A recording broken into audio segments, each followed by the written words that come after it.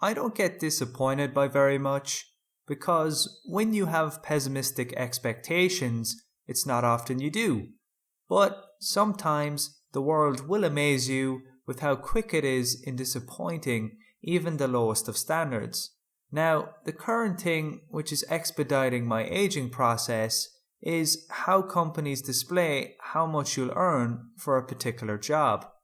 The issue is your communicated pay will almost always refer to your gross pay, which is your earnings before tax.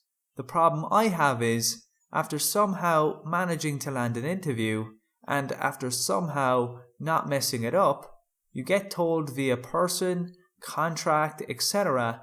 how much you're supposedly going to earn. And of course, you're stoked.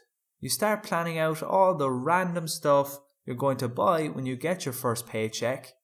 Payday eventually comes, you see your payslip, and very quickly notice you made far less than what you believe was communicated to you by the company and your contract. That's because of tax. Of course, everyone should expect to be appropriately taxed, but the problem I have lies in the fact that employers are fairly cheeky and only communicate to you your pay before tax, which of course isn't your real take-home pay, which is referred to as your net pay.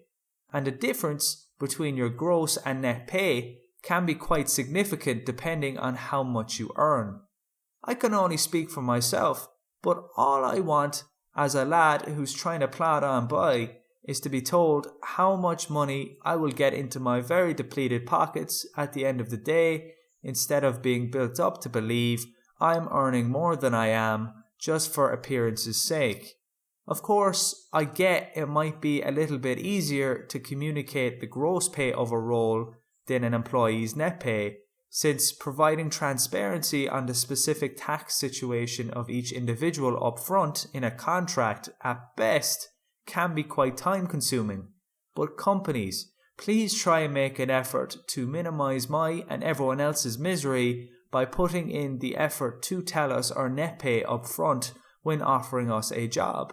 Otherwise, what's supposed to be one of the best days of the month turns out to be one of the most disheartening.